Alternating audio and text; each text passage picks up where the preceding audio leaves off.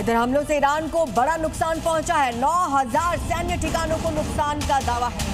America का दावा कि ईरान हमलों से कमजोर हो गया है। ईरान की सत्ता को बड़ा नुकसान पहुंचा। डोनाल्ड ट्रंप ने दावा किया है। रिजीम चेंज को लेकर जब उनसे सवाल पूछा गया तो खामेनेई की मौत का उन्होंने जिक्र किया। ये भी कहा कि मार्को रूबियो बात करेंगे और बातचीत दिख रही है। उम्मीद है कि यहां पर एक डील होगी। 9,000 सैन्य ठिकानों को नुकसान पहुंचाने का दावा अमेरिका की तरफ से।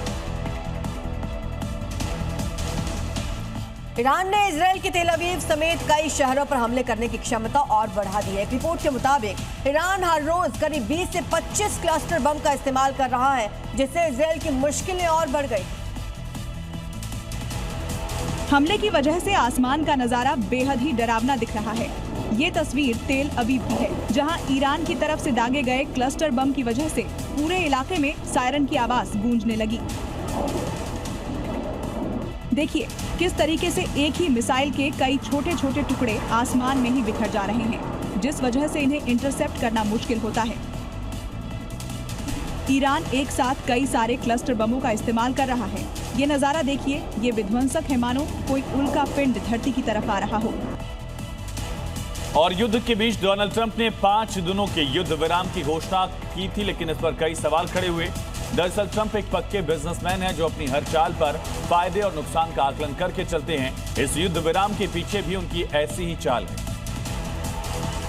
दरअसल 25 दिन से चल रहे इस युद्ध की वजह से लगातार तेल के दाम बढ़ते जा रहे हैं। युद्ध के 23 दिन में तो इसकी कीमत में 20% उछाल हुआ। असल में ट्रंप के सीज़फायर का मकसद गिरते हुए बाजार को थामना और बढ़ती हुई तेल की कीमतों को कम करना था, जिसका असर भी दिखा। स्टॉक मार्केट में 1000 से अधिक अंकों का उछाल देखा गया। क्रूड ऑयल की कीमतों में 7 से 10% की गिरावट देखी गई, जो बाजार के लिए एक सकारात्मक संकेत है।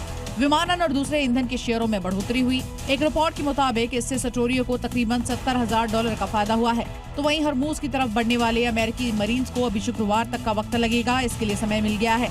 इसे इनसाइडर ट्रेडिंग का ही मामला बताया जा रहा है। और खाड़ी के देशों में फर्जी ईरानी ड्रोन से खौफ पैदा करवाकर दरअसल ईरान को चौतरफा गिरवाने की कोशिश के बाद अब ट्रंप का एक और ब्लफ गेम सामने आया। इसमें ट्रंप ने दावा यह किया कि वो ईरानी संसद के स्पीकर के टच में है। अब ये बातचीत सीज फायर के लिए है या फिर तख्ता पलट के लिए, ये तो ट्रंप ही जानते हैं।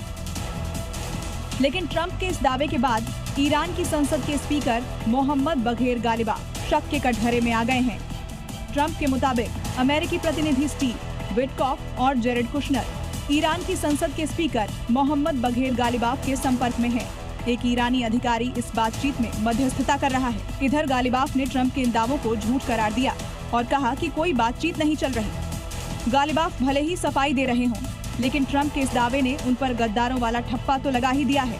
अब ये ईरान के शीर्ष नेतृत्व पर है कि वो ट्रंप के दावे को कितना सही मानता है।